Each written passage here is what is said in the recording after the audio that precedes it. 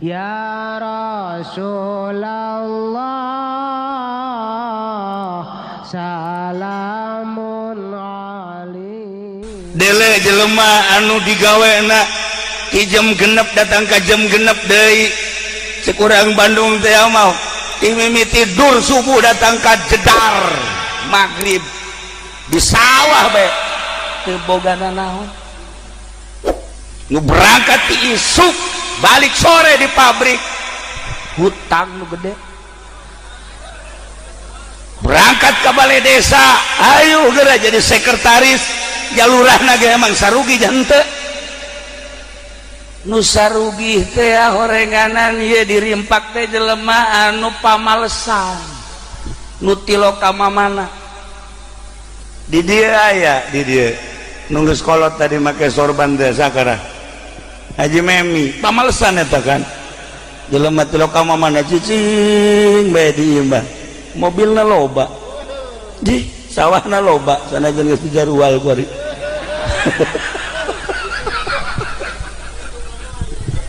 atuh hitung-hitunganana ulanana tuh tah lain eta males teh maksudna teu loba cagak teu loba cahak teu loba cabak males eta jelema hebat lamun jelema sugih haju loba gawe sugih dagangna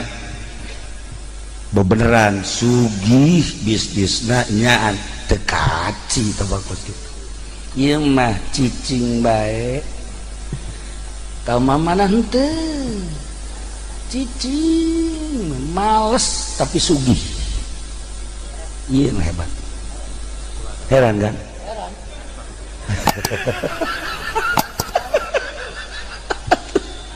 aya di dieu ge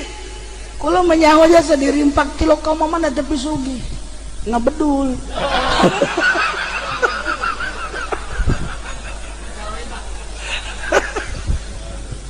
lain kene lain urusan anak dieu mah lain urusan harta urusan pondok pesantren jelema nu hebat eta jelema nu ngedul jelema nu males lamun kiai loba pagawean teh hebat nya jadi kiai nya dagang dah kuyai tama kos itu teh hebat jadi kiai bisnis nu geus di Hambalaya kuari Lambalaya tak kiai ruruntuk bisnis ya jadi kiai haju kadituna jadi tukang ceramah tukang ceramah ulah tulak cilik atuh sia biasa bae sih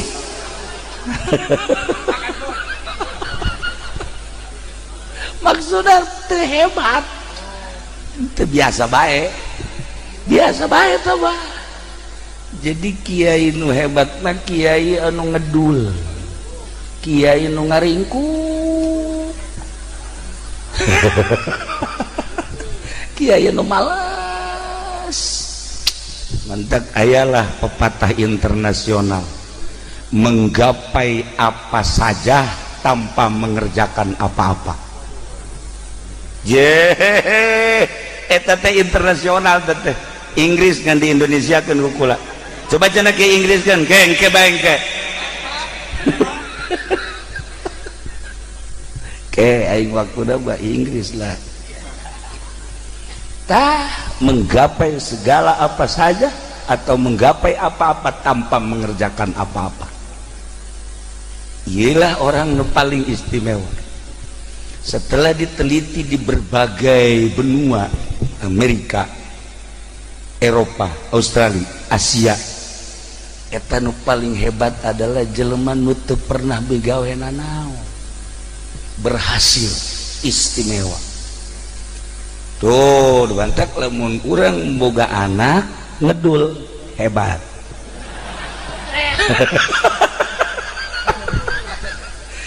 iya hebat tuh. Hendak lawan orang boga santri ngerdul enggak mantep calon berarti guys.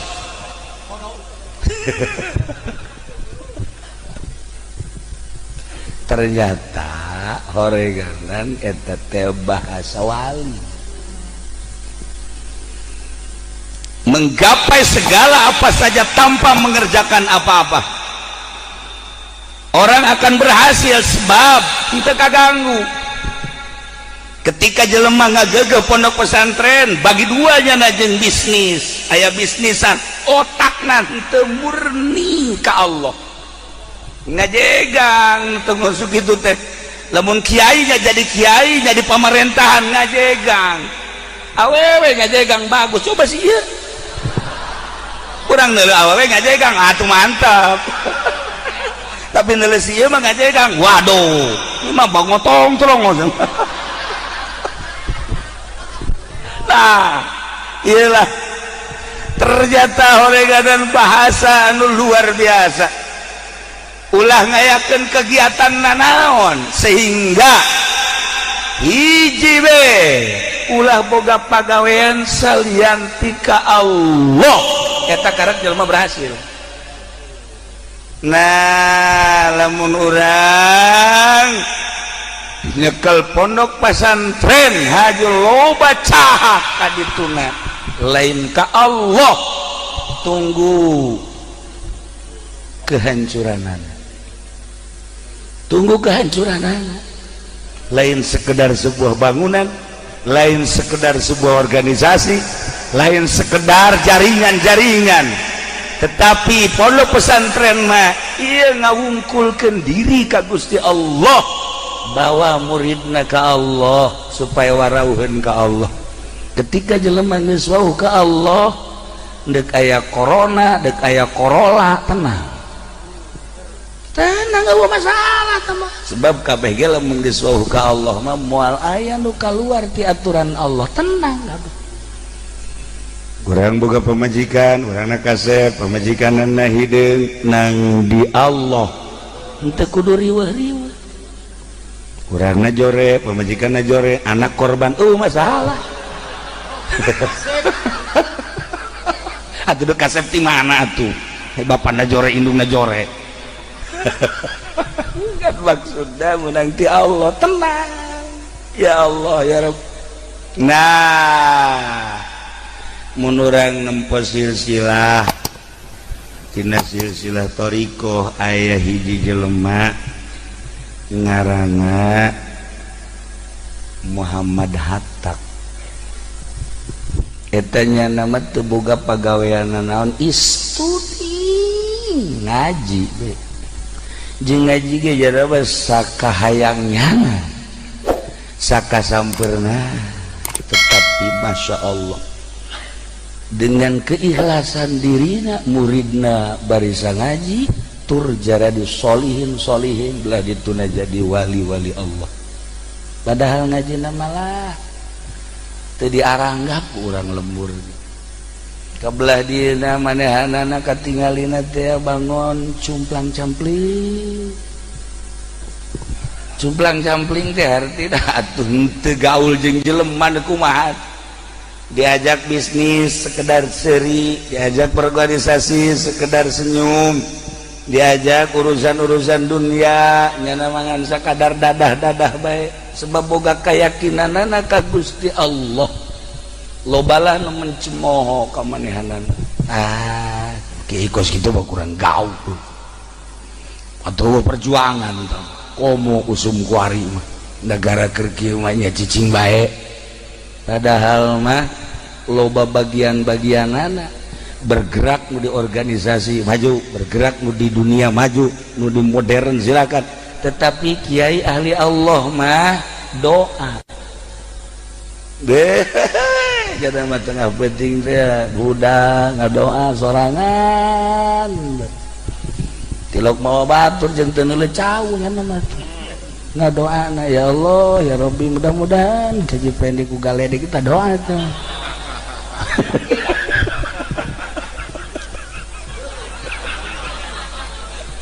paling ngejak kalau kudawan cenah mah ku galedek geus manfaatna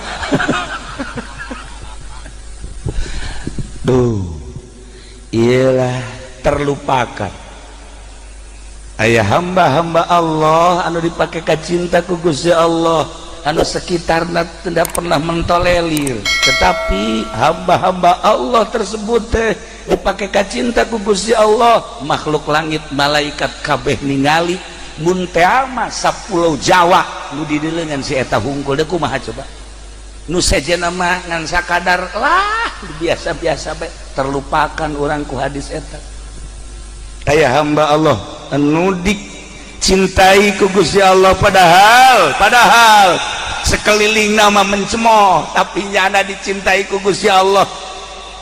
Teu apaleun masyarakat teh manehanana hebat lantaran teu boga kegiatan, nyawa henteu, dagang henteu, aya dahar gembul. Nah iyalah paling hebat eta jelema anu teu boga kegiatan. Tah aya jadi kiai haji bisnis biasa, jadi kiai dagang biasa, jadi kiai haju manggung biasa, jadi kiai berorganisasi biasa tamanjeun kegiatan. Coba ge jadi kiai ulah ka mamana cicing magahan santri paling ka pamajikan, kanyawan-kanyawan pamajikan reuneh deui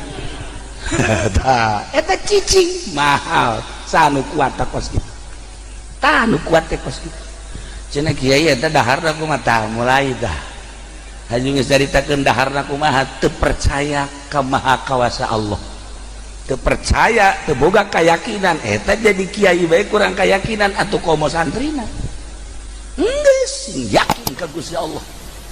pokona kajen ku kumaha ge geus kumaha cak Allah moal datang ka teu dahar moal dina teu daharna paling pae siapa eta kos kitu aing ngeri cenah tah ieu mah datang teh terus we madahanana ibadah magahan ngaji mah teu hebat-hebat eta bae nu tadi teh ngaranna ge pesantren hijaiyah ieu atuh eja-ejahan we paling datang ka Ago Ogin doang ieu geus we deui kabelah dieuna nyana berangkat aya ondangan ka muridna kudu naik parahu barang berangkat naik parahu di tengah-tengah keur naik parahu aya muridna nu paeh di parahu kabeh kaget gana mah teu kaget kabehan bingung isi cenah kudu kumaha teu kumaha urusan teh maksud aku hayu bae urusan di pandian di luhur parahu di pandian terus dibungkus aya sholateun pelebah endek dikuburkan dibalangkeun aya di parahu begitu dek dibalangkeun cek kira teu kudu dibalangkeun lah kubur bae kubur di mana nguburna kiai teh sok macem-macem bae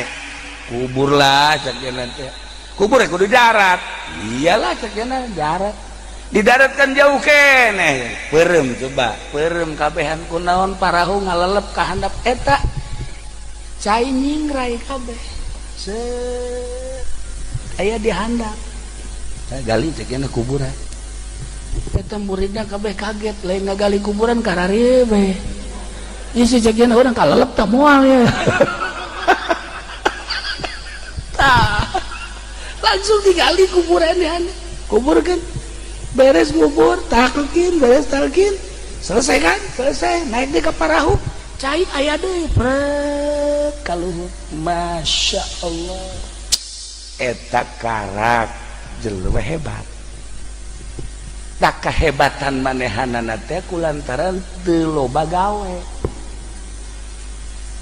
Ketika jelema loba gawe moal boga kaistimewaan seperti eta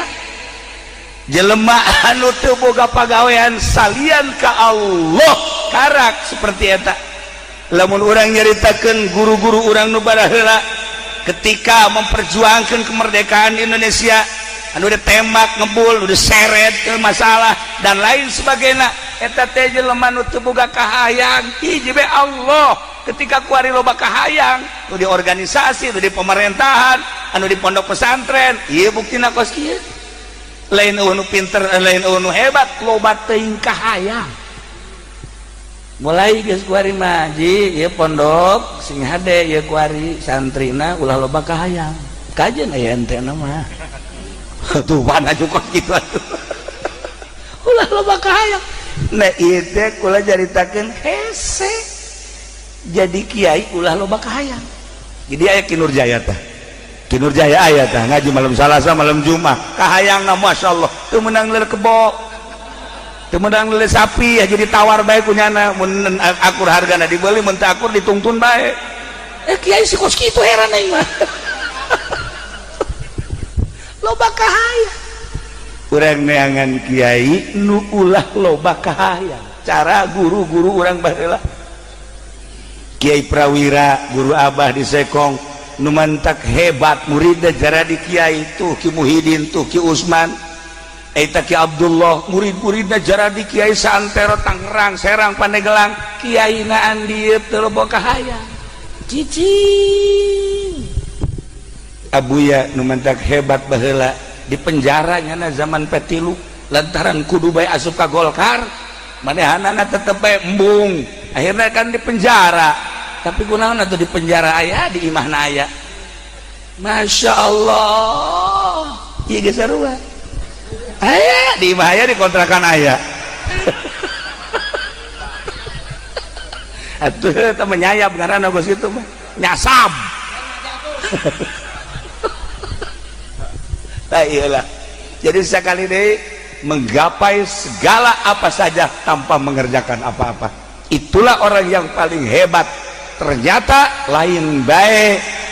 di Indonesia horegan di Amerika ge sarua di India sarua orang yang tidak pernah mengerjakan apa-apa orang yang sangat berhasil. Nah tentunya henteu babari kikituan teh perlu keyakinan maka boro-boro batur atuh anu henteu masantren urang bagi nu masantren keyakinan teh meng pelehe maka urang tingkatkeun keyakinanana yakinkeun pangeran teh hiji Allah yakinkeun Kangjeng Nabi Muhammad teh adalah Rasul Allah sanajan dirobah rancangan undang-undang tetep bae pangeran urang mah Allah andai kata terjadi misal umpama andaina naon deui andai katana naon deui terjadi atuh tetep bae pangeran urang mah Allah bae hiji jadi tenang urang nah hiji pangeran teh Allah anu nyieun langit bumi katut esina anu ngarobah-robah urang jeung nyicing-nyicing urang anu merek kahirupan urang nu nyehatkeun urang nu ngageringkeun urang anu ngahirupan orang, anu ngamaotan orang, anu ngarizkian orang. Orang aja tauhid bakos gitu ngeunaheun praktekna mah hese aja. Praktekna mah hese aja. Nah, ieu keyakinan. Ya, coba dak keyakinan eta kudu nempel ka boga ka kiai nu boga yakin. Lamun urang deuk ngaguru dagang, kudu kanu berhasil dagangna. Urang rimpak di dia nyaho Haji Pendi teh ya ieu adalah tukang karung memeh lahir geus dagang karungnya nama nya kan bandar karung tukang karung tah tapi kan teu kacaritakeun bahwa nyana teh ya berhasil dagang karungna andai kata urang rimpak guguru kanyana siap-siap jual sawah sia bangkrut sia nah eta kumaha guruna atuh guruna bangkrut kajen kumaha ulah kisu bangkrut tah guguru mah kudu ka Pajagus lamun deuk ke guru dagang ka Pajagus kajen kumaha ge nya mah teu meunang dula deuleu neuleuh naon bae haju bae kan jadi duit bae neuleuh nu ngahunyur-hunyur bawakeun bekok wae sia neuleuh kontrakan aing ngontrak di dinya geus asal aya bae dan lain-lain sebagainya kudunya uratna jadi duit bae naon ge jadi duit bae tah eta kumaha guruna nah kitu keneh keyakinan teu meunang sambarangan geus urang muqaddimahna heula deka Allah teh muqaddimahna sing bagus sugro kubrona rapih engke datijahna bakal bagus. Nah ieu teh pondok pesantren Salafiyah muqaddimahna geus bagus sugrona tinggal nyen kubrona abeh bener-bener ke Allah. Kan dari pondok pesantren modern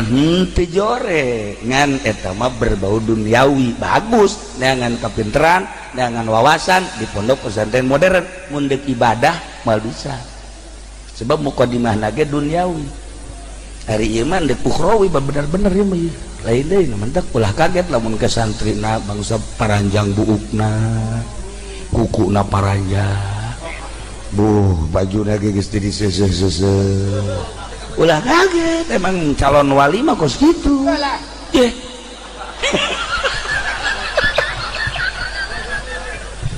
itu pernah mondok mah teu nyaho lalakon mondok emang di pondok kumaha nu mantak bu panjang teu kaburu ngaji bae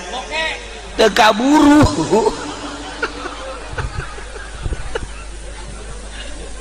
ya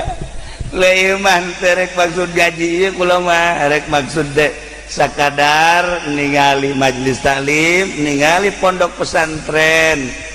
lain sakadar katigali kieu nu pernah nempelkeun seperak 2 perak di dinya lain sembarang jelema nu nempelkeun di balai desa urusanana lain deui jelema nu nempelkeun di pendopo lain deui urusanana jelema nu nempelkeun di hotel lain deui tapi nempelkeun di pondok pesantren ieu ulah loba paku hiji nempelkeun di dinya paeh nu bogana nu jariahna paeh ujianana geus teu kudu dijawab ku sorangan paku bisa ngajawab Syekh Nawawi ngajelaskeun dina kitab kitu Abda Ubis teh eta pan nyaritakeun Munkar Nakir nu ngajawab teh urang make bahasa urang sebab malaikat Munkar Nakirna ngajawab bilisanil insan. Lamun Sunda nanya na Sunda deui malaikat Munkar Nakir Jawa nanya na make Jawa deui. Lamun Inggris make Inggris deui teu make Arab kabeh mun make Arab kabeh urang hese di sakola teu naon henteu ye lamun nanya ka Ki Fudali mah malaikat Munkar Nakir deh Fud saha pangeran anjeun ngeunaheun kan coba nanya ka Haji Pendi saha pangeran dia nya molotot Pak atuh beda kan lantaran di dunia ada ge beda geus moal bisa ngajawab cenah di polototan ku malaikat Munkar Nakir tuh orang keronjo sopo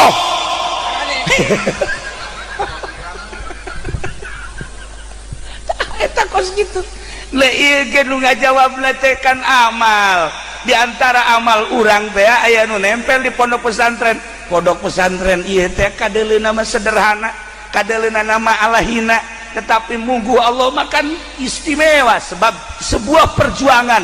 jangan luhurkan agama Allah melalui pondok pesantren atau luhur munggu Allah paku hiji nu nempel di dinya bakal nyalametkeun ya Allah ya Rabbi Masya Allah duadak ieu mah beusi bae mah beusi tah aya nu deuk neruskeun bebe jaela ka kula bagi 2 jeung kula bagi 2 cadang geus ban paku iya ya aya di Pemdana uput oh sada aya ka Ambeun tentu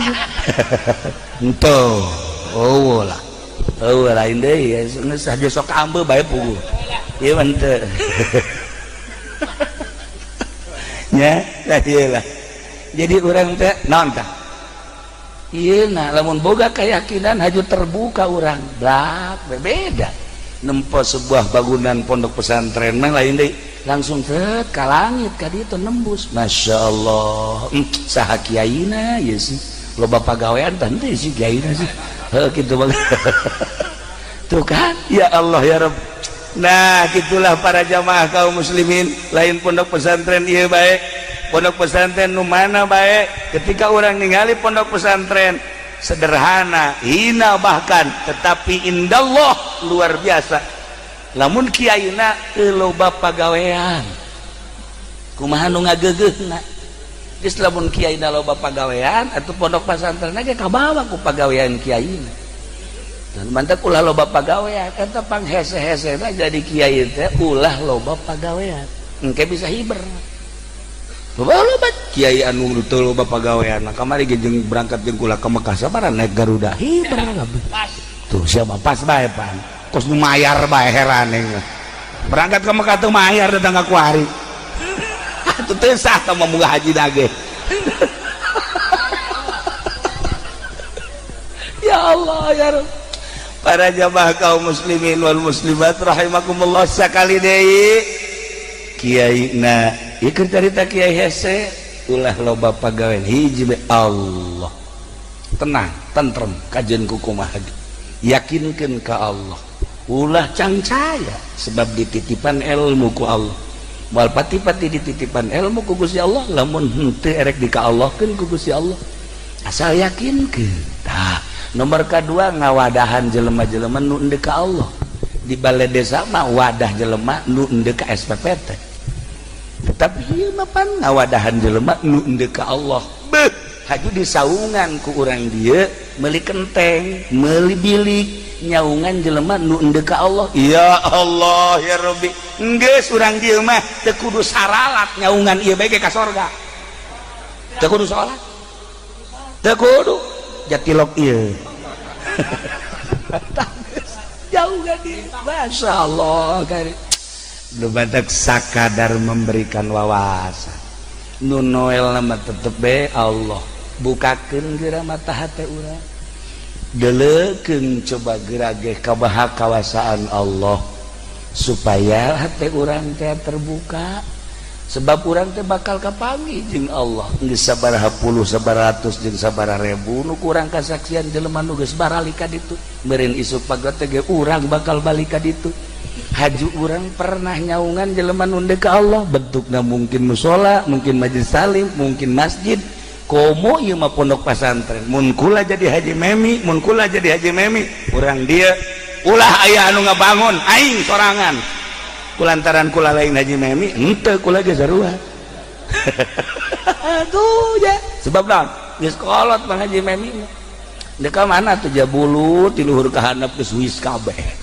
atuh aja sanajan dibere parawan deui ge asana paeh di luhur beuteung haji memi paeh di luhur beuteung parawan kan jore kabejana nah atuh mendingan pake kabangun keur carita ieu mah